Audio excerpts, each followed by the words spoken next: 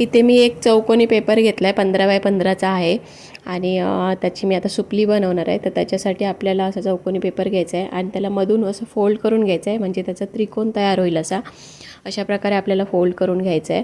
आणि त्याच्यानंतर परत एकदा मधून फोल्ड करायचं आहे, म्हणजे सेंटर मिळेल आपल्याला व्यवस्थित. तर त्याच्यासाठी मी जरासं फोल्ड करून घेते. तर अशा प्रकारे मी मध्ये फोल्ड करून घेतलं आहे आणि आता ते अशा प्रकारे प्रेस करून घेते, म्हणजे त्याचा चौकोन तयार होईल. तर आपण अशाच प्रकारे दोन्ही साईडने त्याला फोल्ड करून घेऊया.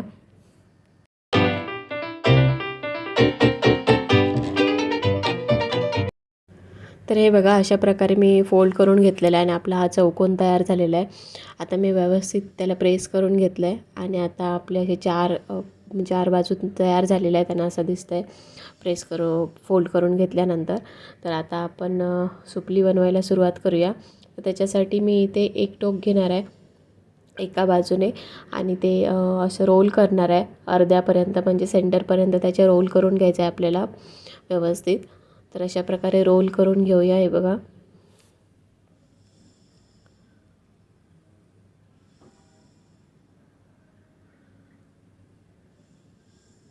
अशा प्रकारे आपल्याला सेंटरपर्यंत रोल करून घ्यायचं आहे आणि अशाच प्रकारे आपण दुसऱ्या साईडने पण रोल करून घेऊया.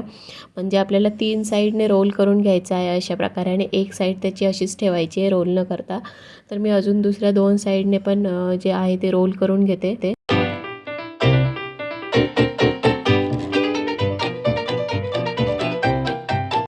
तर आपलं 2 साईडने करून झालेलं आहे बघा. आणि त्याच्यानंतर आपलं ज्या दुसऱ्या 2 साईड आहेत त्या ओपन करायच्या आहेत आणि त्याच्या एका साईडला आपल्याला अशा प्रकारे रोल करून घ्यायचं आहे.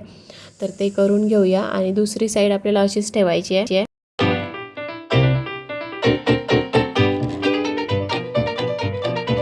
आता हे बघा, 3 साईडने रोल करून झाल्यानंतर असं दिसतं आणि एक साईड त्याची आपली ओपनच आहे. तर त्या साईडने आपल्याला रोल न करता अशा प्रकारे प्रेस करून घ्यायचं आहे.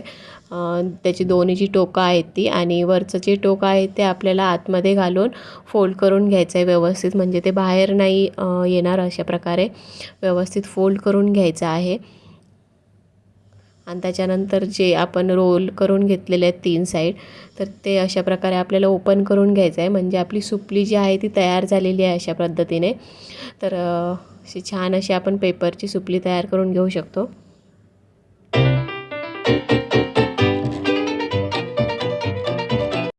आता आपण बनवणार आहोत परडी. तर परडीसाठी पण मी 15 बाय 15चा एक चौकोनी पेपर घेतला आहे आणि तो पण आपल्याला जशी आपण सुपली बनवली आहे आणि सुरुवातीला फोल्ड केलेलं त्याच पद्धतीने फोल्ड करून घ्यायचं आहे. अगोदर त्रिकोण बनवून घ्यायचं आहे आणि नंतर त्याचे आपण अशा प्रकारे मधून प्रेस करून त्याला चौकोन बनवून घ्यायचं आहे. आणि सेम जशी आपण सुपलीची जसे चौकोन बनवून घेतलेले तशाच पद्धतीने बनवून घ्यायचं आहे आपल्याला.